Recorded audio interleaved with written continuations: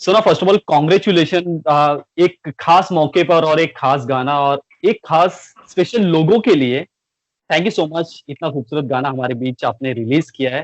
पहले तो हमें इस जर्नी के बारे में बताइए, जर्नी कैसी रही? आपने कब ऐसा सोचा कि इस तरह कुछ हमें गाना बनाना है?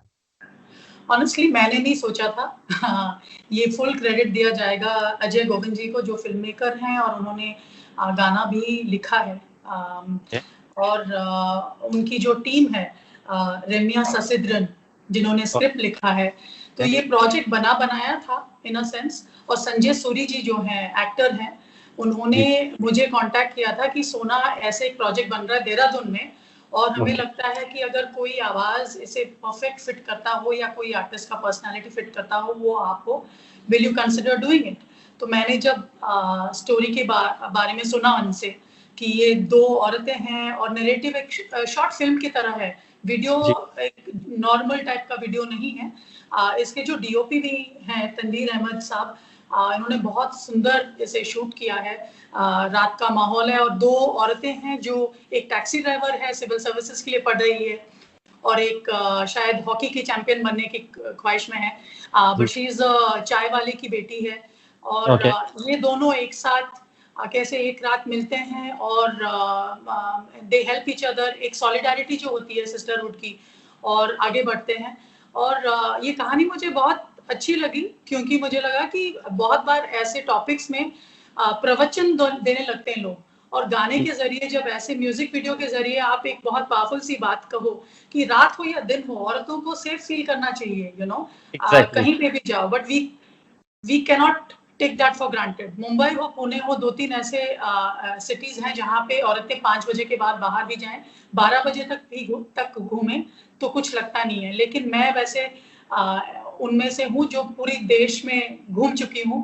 इंजीनियरिंग पढ़ाई की थी, उसके बाद मैं एफएमसीजी मार्केटिंग में थी, तो बहुत इंटीरियर्स में भी घूमी हूँ।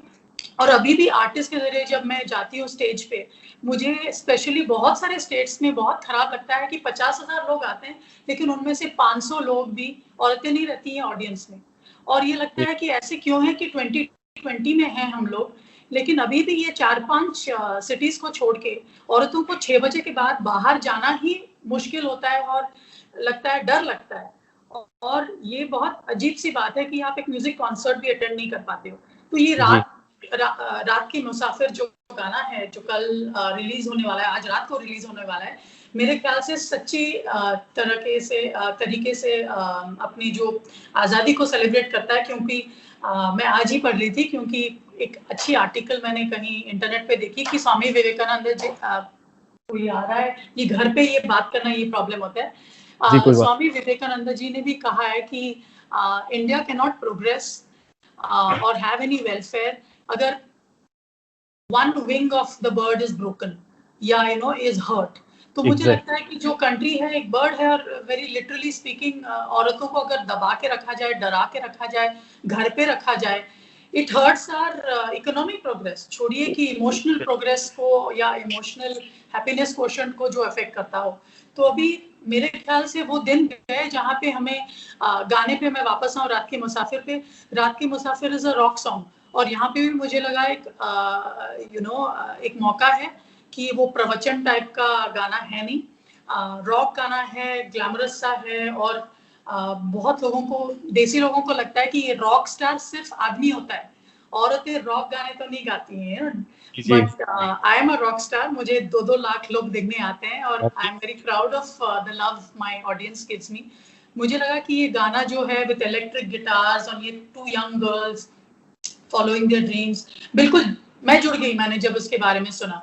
तो कल रिलीज होने वाला है ना, आई होप लोगों को अच्छा लगे, क्योंकि आजकल तो डिजिटल जमाना है, और आई एम हैप्पी कि हमारी यूथ जो है पूरी पूरे ग्लोबल कंटेंट को एक्सेस करती है। एक्सेप्ट तो करती है। Ultra music, ultra Bollywood channel में रिलीज होने वाला है।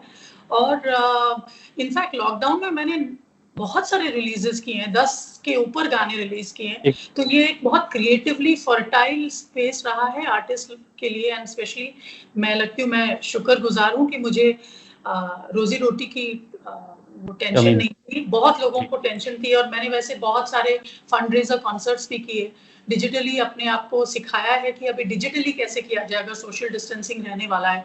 लेकिन ये भी मैं कहना चाहूँगी कि पूरे देश को we have to get back to normal now. Caution से वृद्ध लोग हैं या बच्चे लोग हैं उनको सँभालो, लेकिन we all have to get back to living normally. Live events अभी शुरू होने चाहिए, कॉन्सर्ट शुरू होने चाहिए, ठीक है। बाकायदा जो इवेंट कंपनीज हैं वो रिस्पॉन्सिबली करें, थर्मल सेंसर्स ले आएं, मास्क सब लोग पहन के आएं, लेकिन लाइव म्यूजिक का जो मजा है वो आप घर पे बैठ के कभी टीवी देख के या कभी नहीं नेटफ्लिक्स देख के मिलता। तो नहीं ले सकते। तो ये नहीं जो लाइव म्यूजिक का जो एक, और हम लोग इतने डिप्रेशन में रहे हैं 6 महीने घर पे बैठ के। It is best way to celebrate. कि मैं तो गवर्नमेंट को कहना चाहूंगी, कल्चर मिनिस्ट्री पता नहीं हुमायूं ट्यूम्स में पेड़ ट्री प्लांटिंग कर रहा है। It's time that they organise some big concerts and we go back to normal. और पूरे विश्व में मैंने सुना है जितने बड़े बड़े बैंड्स हैं they have already started announcing touring dates. तो मैं चाहूंगी कि रात के मुसाफिर स्टेज पे सुने जितने यूथ हो, और अभी जाके वीडियो में देखें। एग्जैक्टली सोना, हर किसी को इंतजार होगा, हर कोई हमेशा आपके कॉन्सर्ट के लिए हमेशा इंतजार करता है, और इस गाने के लिए भी खास तौर पे लोग आएंगे आगे बढ़कर। अगर बात की जाए सोना, तो आप हमेशा अपनी बात जो होती है बेबाकी से रखती हो, जो भी हो आप सबके सामने या सोशल मीडिया हो कहीं पर भी हो, आप अपनी बातें जो है वो क्लियर लोगों के सामने रख देती हैं और बेबाकी से अपनी राय रखती हैं। आज 2020 चल रहा है, काफी कुछ बदला है, काफी कुछ नहीं बदला है। फिर भी कहीं न कहीं बीइंग अ ह्यूमन कभी ऐसा लगता है कि यार अभी भी लोगों की थॉट या माइंडसेट कुछ हद तक वहाँ का वहाँ ही रहा है, बहुत ही पीछे है। एक्चुअली मैं बहुत ऑप्टिमिस्टिक हूँ, मैं कहूँ उमेश। हम लोग हमेशा नेगेटिव बात पे फोकस करते हैं। जैसे बहुत लोगों ने मुझे कहा था मी टू मूवमेंट तो फेल हो गया, कुछ हुआ नहीं। और मैं उनको पूछती हूँ आप क्या सोचते थे कि फिल्मी एक सीन होगा जहाँ पे लोग हथकड़ियाँ पहन के जेल जाएंगे? चेंज ऐसे परिवर्तन जो होता है वो ओवरनाइट आता नहीं है, लेकिन बहुत सारे पॉजिटिव अवेयरनेस बढ़ी, लोगों को समझ आ गया कि प्रोफेशनल वर्क स्पेसेस में कैसे बिहेव करना चाहिए, क्या बातचीत करनी चाहिए, ताकि you don't make anybody feel uncomfortable. औरतों को छोड़ो, आदमियों को भी बहुत झेलना पड़ता है। तो एक एग्ज़ैक्टली। अवेयरनेस बिल्ड हुई। और एंटरटेनमेंट इंडस्ट्री में तो बहुत चेंज भी आया है, क्योंकि बहुत सारे जो प्रोडक्शन हाउसेस हैं उन्होंने एक फॉर्म तैयार किया है जहाँ पे हर प्रोजेक्ट में कोई चार्ज रहता है, नंबर्स हैं, ईमेल्स हैं, कि ये सिर्फ एक्टर्स को नहीं झेलना पड़ता है। कास्ट एंड क्रू जो होता है, बहुत बड़ी टीम्स होते हैं जो फिल्म बनाती है, वेब सीरीज बनाते हैं। मेरी मेकअप आर्टिस्ट से शुरू करके हर कास्ट एंड क्रू मेंबर को एक नंबर, ईमेल अभी दिया जाता है कि अगर कोई आपके साथ गलत बर्ताव करे तो आप इनको फोन करके बता सकते हैं। मैं तो कहूंगी हमारी जीत हुई जब मैंने अनु मलिक जी को कैंपेन करके फाइनली निकाला। एक सिंबॉलिक विक्ट्री थी, बहुत लोगों को होप मिला। तो हम लोग हमेशा नेगेटिव पे फोकस करते हैं। मुझे लगता है कि बहुत कुछ बदलाव आ रहा है, और हम लोग सिर्फ ये, मैं सिर्फ इन टच अपने अर्बन इंडिया से नहीं हूँ। अभी जो रूरल इंडिया में है, उज्ज्वला स्कीम जैसे मैं उसके बारे में सुन रही थी, जहाँ पे पहले औरतों को 6-6, 7-7 घंटा जाके सिर्फ लकड़ी उठा के लाना पड़ता था, और वो बच्चों का क्या ख्याल रखें, घर का ख्याल रखें, कि 7 घंटा उनका दिन में जस्ट टू गेट। अभी अगर हर घर में गैस आए तो मेरे ख्याल से बहुत कुछ बदलाव आएगा कि औरतों को अपने हाथ में टाइम मिलेगा। It will empower lot of women. तो चेंजेस, और अभी हिंदू सक्ष अमेंडमेंट एक्ट में हुआ है ना कि जी, women can equally. have equal rights to property। तो मुझे लगता है सेक्युलर इंडिया कहते हैं, तो हर रिलीजन को ये अपनाना चाहिए कि औरतों को इक्वल प्रॉपर्टी राइट्स मिलने चाहिए।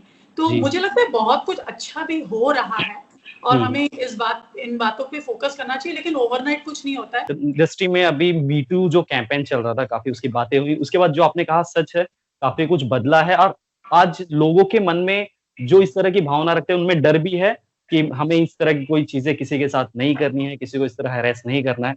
लेकिन कहीं न कहीं आपको ऐसा नहीं लगता कि ये बॉयज़ पर भी, लड़कों पर भी जो या मतलब मेन एक्टर्स हैं, उन पे भी इम्प्लीमेंट होती है? क्योंकि हमने हाल ही में जो केसेज़ देखे हैं, सुशांत का केस देखा है। उसके बाद काफ़ी आकलन लगाए जाने लगे, काफ़ी थॉट्स लोग मतलब बातें निकली बाहर कि उसे उन्हें बॉयकॉट किया गया, ये वजह थी। तो इन सब चीज़ों को किस तरह देखती हैं आप being a part of industry? देखो, देयर आर लॉट ऑफ अभी तो ये इतना 2 महीने से मडी हो गया है पानी, इतने जी। सारे कॉन्स्पिरेसी थियरीज हैं कि मुझे भी समझ नहीं, कुछ तो गड़बड़ है। दिल को, पूरे देश को ठेस पहुंचा है, तो बातचीत चल रही है। लेकिन मेरे ख्याल से अगर हम लोग ठंडे दिमाग से सोचें। प्रॉब्लम्स हर सिचुएशन में कभी-कभी एक्सेप्शंस होते हैं जो गलत निकलते हैं, देयर आर रॉन्ग, बट अगर आप लार्जर नंबर्स देखें और देखें कि ज्यादातर औरतें अपने तरफ से कभी कोई, मोस्टली यहाँ पे विक्टिम शेमिंग होता है। फैमिलीज कभी चाहेंगे भी नहीं बताने के लिए अगर डोमेस्टिक अब्यूज हो रहा हो या कोई मार रहा हो आपको, तो ज्यादातर नंबर्स कहाँ पे हैं, वहां पे हैं।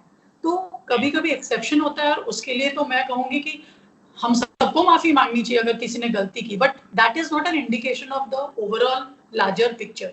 और मैं कोई एक्सपर्ट नहीं हूँ, मैं सुशांत सिंह को जानती भी नहीं थी, लेकिन ये तो सच है कि जो इंडस्ट्री है बहुत क्लिक बेस्ड है। लेकिन ये सिर्फ ये जो नेपोटिज्म की बात हो रही है और जो ऑडियंस इतना उछल रहा है, ऑडियंस को, मुझे लगता है ये इंडिया को एक मौका है कि हम सब सेल्फ रिफ्लेक्ट करें। हमारे घरों में कितना नेपोटिज्म चलता है, हर साइड में नेपोटिज्म चलता है, ये बदलना जरूर चाहिए। It is not only the film industry, और फिल्म इंडस्ट्री में तो जरूर बदलना चाहिए क्योंकि ये art based creative based force, अगर हमको ग्लोबल स्टोरी टेलर्स बनना हो तो मैं तो जज नहीं करूंगी कि आप अपने बेटे बेटियों को लॉन्च मत करो, वो तो हर देसी पेरेंट करता है, अपने बच्चों को आगे लेता है। लेकिन बाहर के जो लोग हैं मेरिट बेस्ड भी है, पाइपलाइन में वो बहुत ज्यादा होने चाहिए, और वो सबको बेनिफिट करेगा क्योंकि टैलेंट पूल अगर बड़ा हो, हमारी जो लिमिटेड है 6-8 फैमिली अपने बीच में ही पार्टी करती रहती है, वो दुख की बात है। और मुझे लगता है ये सब बातें बाहर आके निकली है तो अच्छी है। होपफुली हम लोग जाके 1 महीने में भूल ना जाएं, क्योंकि अभी तो जैसे सब नाच रहे हैं, लेकिन 2 महीने बाद अगर वही ऑडियंस वही स्टार किड्स के पीछे ही भागेंगे, अगर स्टार किड टैलेंटेड हो, अच्छा एक्ट करता हो, अच्छा गाता हो, तो बेशक उनको आप सपोर्ट बड़ा बनाइए, कोई रोकने वाला नहीं है। But if it is not basis talent और सीधा समझ आ रहा है कि उन्हीं को बार बार अपॉर्चुनिटी मिलते, और मैं तो म्यूजिशियन हूँ, मैं तो ये कहूंगी कि ये क्यों है कि बार बार इंडिया जो है, ऑडियंस जो है, ये क्यों सहता है कि कोई बड़ा कॉन्सर्ट हो, आप म्यूजिशियन जो गाता है उसको सुनने के लिए नहीं आते हो, जो लिप सिंक करके नाच के पीटी करके जा रहा है वो बार बार आप टीवी में देखना क्यों पसंद करते हो? ये पूरे ग्लोबली ऐसे कहीं नहीं है जहाँ पे लिप सिंक एक्ट्स को इतना पैसा मिलता है, और जो एक्चुअली गाना गाते हैं, जिन्होंने 20-20 साल रियाज किया हो, साधना की हो, उनको जैसे सेकंड क्लास सिटीजन बनाया जाता है, और ये पहले नहीं था। किशोर कुमार जो थे वो सबसे बड़े स्टार थे, वो एक्टर्स से भी बड़े स्टार थे। तो इंडिया जो है वो लता जी, किशोर दा, मोहम्मद रफी साहब, उनको बड़े, और अभी जो है एक अलग सा गंदा सा कास्ट सिस्टम आ गया जहाँ पे इसमें पॉइंट प्लीज एक ऐड। मैं म्यूजिक की अगर बात हो तो कई हमारे सिंगर्स ऐसे हैं जिन्होंने कम वक्त में बहुत अच्छा नाम बनाया और उनके गाने हम आज भी back to back repeat mode पर सुनते हैं, लेकिन वो आज कहीं नहीं है। कई सिंगर्स के नाम हम ले सकते हैं जो आज कहीं नहीं है, जो काम नहीं कर पा रहे, काम नहीं मिल रहा उन्हें, कुछ नए ही सिंगर हैं वही काम कर रहे हैं। उसके पीछे भी कुछ कहानी आपको नजर आती है?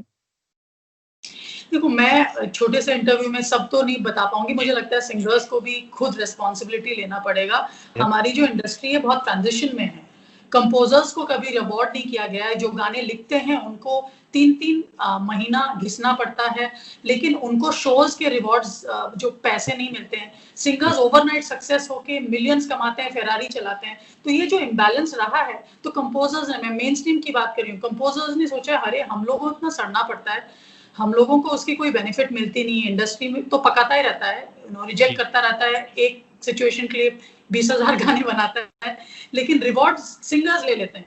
तो जो अच्छा सिंगर जो करता है वो कोई भी उसको रिप्लेस नहीं कर सकता है। लेकिन ये जो वो जो पैसे शेयरिंग की जो इम्बैलेंस है, तो उससे बहुत बड़ा, और अभी तो वैसे ही मेन स्ट्रीम में रिमिक्सेस चल रहे हैं, ये सब छोड़ो। मैं ये आपको कहना चाहूंगी कि इतनी बड़ी कंट्री में आप सिर्फ फिल्म म्यूजिक को म्यूजिक का सक्सेस क्यों सोचते हो? यहाँ पे तो जॉनर्स कितने हैं, गजल है, फोक म्यूजिक है, पॉप म्यूजिक है। इतने बड़े कंट्री में हमारा एक म्यूजिक इंडस्ट्री नहीं होना चाहिए? शर्म की बात है कि म्यूजिक इंडस्ट्री नहीं है, सिर्फ एक फिल्म इंडस्ट्री का छोटा एक सेक्शन है, और सबको लगता है प्लेबैक ब्रेक मिल जाएगा तो हम स्टार बन जाएगा, ओवरनाइट बहुत सारे पैसे मिल जाएंगे। मैं सिंगर्स को कहना चाहूंगी, भाई इंडिया में उतना दम है कि गली गली में सुपरस्टार को पैदा कर सकता है, और पाल पोस सकता है, और सेलिब्रिटी बना सकता है। तो आप सब मत भागिए बॉम्बे, अभी जो इंटरनेट को अडॉप्ट कीजिए, अपनी फॉलोइंग बनाइए, जैसे पंजाबी आर्टिस्ट ने किया, उन्होंने अपनी ही इंडस्ट्री बनाई है और उनकी ही जो कम्युनिटी उनको इतनी सपोर्ट करती है कि उनके गाने इतने हिट करती है कि बॉलीवुड के प्रोड्यूसर उनके पीछे भागते हैं कि दे दो अपना गाना, यू नो।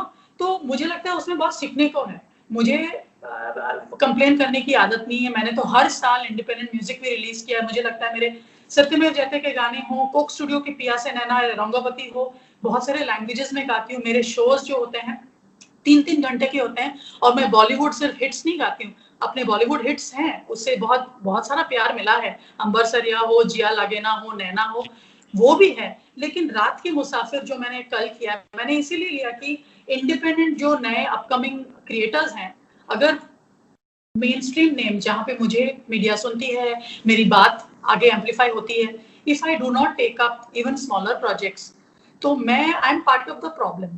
तो मुझे लगता है कि आर्टिस्ट लोगों को एक्सपेरिमेंट करना चाहिए।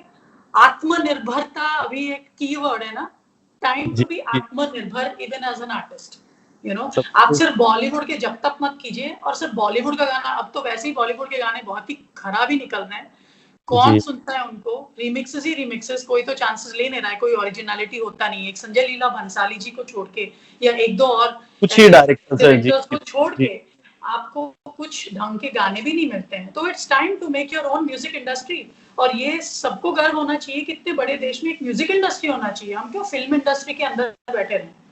It's a very depressing thought, you know. अगर फिर हमें एक कुछ लाइनें सुना दीजिए जरा आपकी इस नए गाने की, हम सुनना चाहेंगे आपसे। ये बहुत गड़बड़ बात है, क्योंकि ये जो साउंड है ना, जी जी, गाना को कैप्चर करने वाले साउंड नहीं है। ये बहुत इंपॉर्टेंट बात है कि हम एस्थेटिक समझें। मुझे लगता है कि वैसे तो लॉकडाउन में आपने देखा होगा उमेश, एवरीबॉडी फोन उल्टा करके गाना शुरू कर देता है, और मुझे लगता है अगर मैं प्रोफेशनल हूँ, मुझे ख्याल रखना चाहिए कि मैं प्रेजेंटेशन थोड़े फॉर्मली और प्रोफेशनल लेवल की करूँ, ताकि लोग समझे कि जो सिंगर है, जो प्रोफेशनल है, वो अलग स्टैंडर्ड मेंटेन करता है। तो वैसे 2 लाइन में गा सकती हूँ, but it is not the best thing to do here. रात के मुसाफिरों का जा रहा है काफिला, जगमगाती मिलाती हसरतें हुई रवा। तो ये है रात के मुसाफिर, गाना पूरा आपको यूट्यूब में मिल जाएगा। सही कहा आपने, टेक्निकल इश्यूज होते हैं डिजिटल पे इस तरह गाने, फिर भी बहुत ही अच्छी तरह आपने गाया। और इसके आगे हम और भी पूरा गाना जिन्होंने नहीं देखा है, जिन्होंने नहीं सुना है, वो जाकर देखेंगे, सुनेंगे। सो लास्टली जाते थे क्या कहना चाहेंगे आपके फैंस जो हैं, आपका जो गाना रिलीज होने वाला है कल, उन्हें क्या कुछ मैसेज देना चाहेंगे आप? मैसेज सिंपल है, अगर आप म्यूजिक को प्रोत्साहित करना चाहते हैं, म्यूजिशियंस को प्यार देना चाहते हैं, तो B ready to pay for music. हम लोग इंडियंस जो हैं, हमको लगता है कि म्यूजिक हमेशा फ्री में आना चाहिए। तो अगर फ्री में आए तो आर्टिस्ट सर्वाइव कैसे करेंगे? अभी डिजिटल का जमाना है, आपको हर चीज फ्री में अगर मिले, लेकिन जैसे हम बटर चिकन के लिए खर्चा कर लेंगे, हम कॉफी पी लेंगे 200 रुपए का, लेकिन 20 रुपए नहीं देना चाहेंगे एक आर्टिस्ट को, यू नो। फॉर अगर आप आर्टिस्ट को पसंद करते हो, उनके गाने को पसंद करते हो, वो परफॉर्म कर रहे हो, अभी फेसबुक में तो एक आप जाके वहां पे 20 रुपए जमा भी कर सकते हो, लेकिन कोई करता नहीं, क्योंकि इंडिया में लगता है कि म्यूजिक फ्री में मिलना चाहिए। तो ये जो एटीट्यूड है, वो अगर नहीं बदलेगा, तो फिर आपको बादशाह और ये सब ही, यू नो, जो खरीद सकते हैं इतने सारे व्यूज, हम लोग तो गायब ही हो जाएंगे। So I am just thinking, आपके हाथ में है, you are also responsible to make sure कि आर्टिस्ट जो अच्छे आर्टिस्ट हो, वो फ्लरिश करें, कि 5 रुपए हो, 2 रुपए हो, but be ready to pay for music. Don't want ticket for free, you know. That's all I have to say. Thank you so much Sona. उम्मीद करते हैं कि आपका ये गाना हर बार की तरह, जैसे आपके गाने धमाके की तरह बाहर निकलते हैं, सभी उसे सुनते हैं और दिल से लगा के रखते हैं, इस बार भी आपका गाना वैसे ही सुना जाएगा और ये जो गाना है दूसरों तक पहुंचकर मैसेज भी पहुंचाएगा। Thank you so much to joining us. Thank you so much. Thank you so much Umesh.